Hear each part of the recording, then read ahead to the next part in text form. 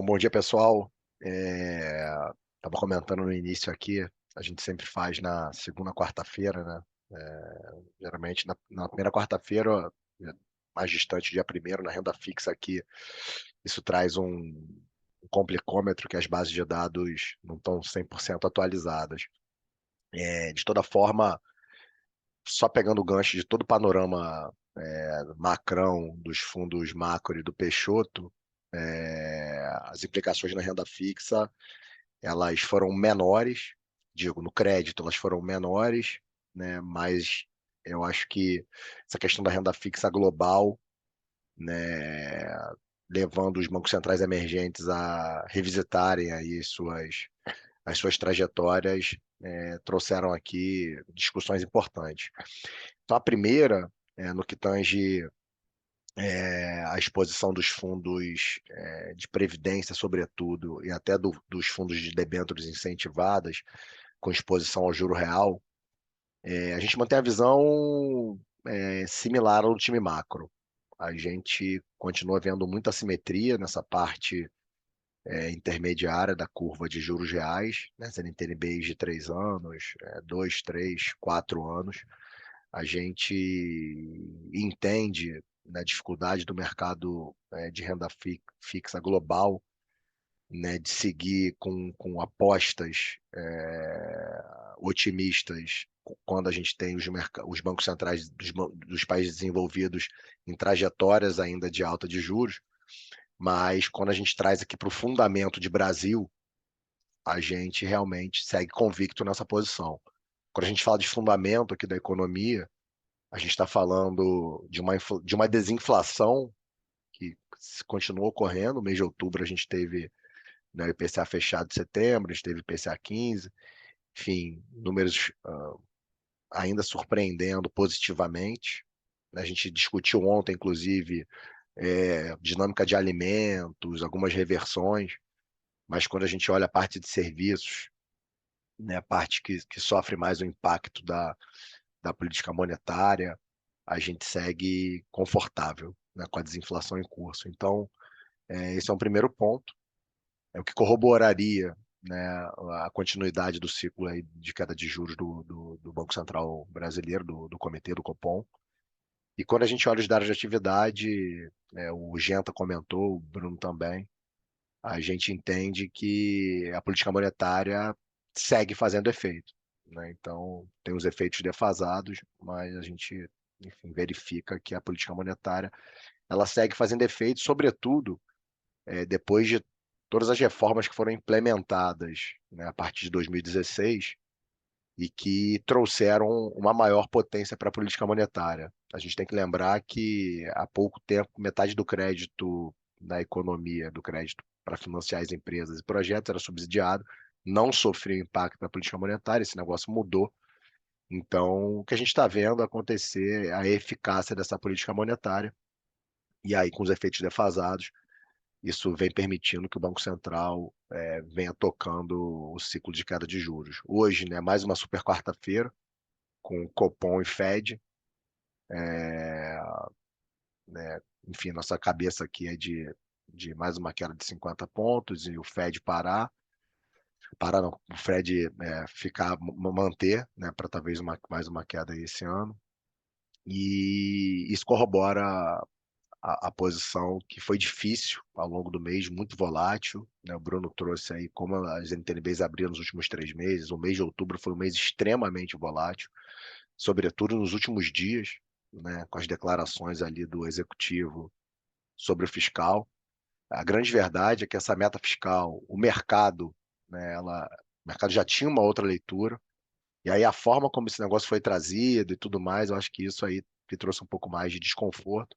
E aí, é claro, você tem uma posição técnica difícil e aí o mercado foi para cima. Então, sexta-feira passada e segunda-feira foram um dia bem ruim, bem ruins aqui para o mercado de juros, mas reitero que a gente segue com a convicção grande nessa posição. Quando a gente para olhar o mercado de crédito, o mercado segue a dinâmica do segundo semestre. Enfim, a atividade no mercado primário muito robusta, muito robusto, as empresas efetivamente conseguindo rolar suas dívidas, já em patamares de spread para alguns setores que a gente considera apertados já para o investidor. A gente tem visto emissões saindo abaixo de CDI mais 1,5, então a gente já começa a ficar bem mais cético com alguns nomes. A gente analisou uma operação ontem, enfim, de uma empresa que emitia recorrentemente aqui uma operação de 3 anos, a CDI mais 1,75. A gente decidiu não alocar. A gente acha que essa empresa deveria pagar mais prêmio, pelo menos a CDI mais 2,5. E aí, o Peixoto comentou, né, as empresas estão reportando. Na visão da renda do crédito aqui, vai ser super importante para a gente ver esse terceiro trimestre por dois aspectos, né? O primeiro deles em relação à receita, né, a top line, eu venho comentando isso.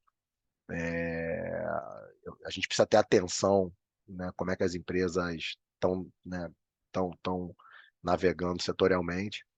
E a questão do caixa livre, né? A gente vem comentando aqui a importância da queda de juros, mas ainda, esse negócio ainda não bate nos resultados das companhias, né, de uma forma tão rápida, né? Essa Selic tem que cair de uma forma mais robusta para a gente começar a ver um alívio.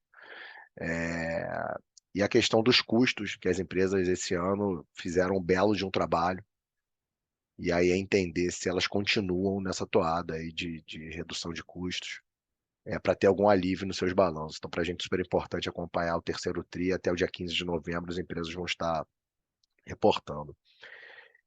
O mês ainda trouxe alguns nomes que vêm passando por dificuldade, né? No mês de outubro, a gente teve uma empresa de cartões passando por uma turbulência, né? A empresa está no meio de um M&A aí, de forma a conseguir ter continuidade nas suas operações, uma empresa que financiava basicamente via FDICs, mais de R$ 1 bilhão no mercado, praticamente a indústria inteira carregando cotas desse FDIC. O lado positivo é que os controladores, tanto da empresa que está sendo vendida quanto da empresa que está sendo comprada, quanto do comprador, perdão, seguem engajados, colocando recursos e, enfim, trabalhando em prol do deal. Então isso é importante porque em outras companhias esse ano a gente viu, né, como acionistas e management atuaram, né? Então aqui a gente entende que os caras tiveram um acidente no percurso, mas estão tentando consertar a rota. E de uma forma ampla, é, a gente realmente segue monitorando e atento a preço de emissão, porque o mercado ainda exige cautela, né? Como eu venho comentando, juro muito alto ainda, uma economia que, por mais que cresça, o Peixoto comentou, né, que o 3% de PIB esse ano não bateu na bolsa, então por mais que a gente tenha um crescimento aqui, a gente não vê as empresas acompanhando isso, então ainda setorialmente exigindo muita cautela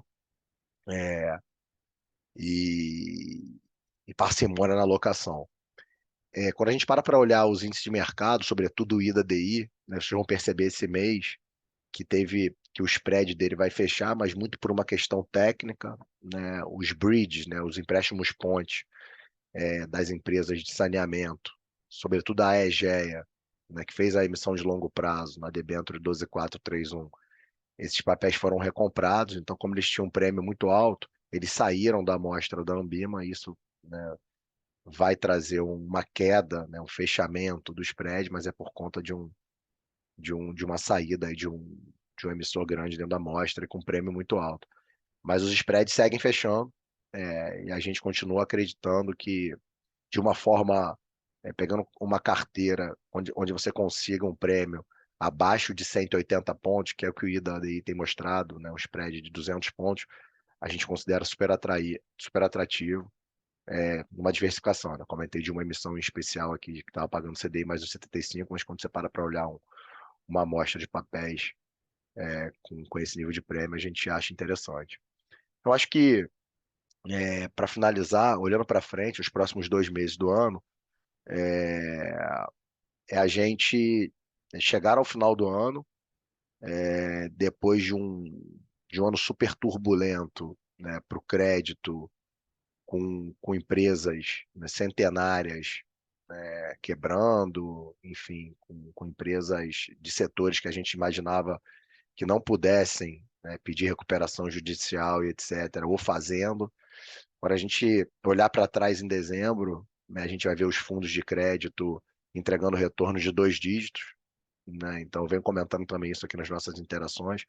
Então, talvez no pior ano para a indústria, não só no micro, mas também em termos de fluxo para os fundos, a gente vai ver retornos ainda consistentes, né? Então, fica um aprendizado para muitos aqui que investiram e para a turma de gestão, mas a gente, olhando para frente, segue construtivo para o segmento. É isso.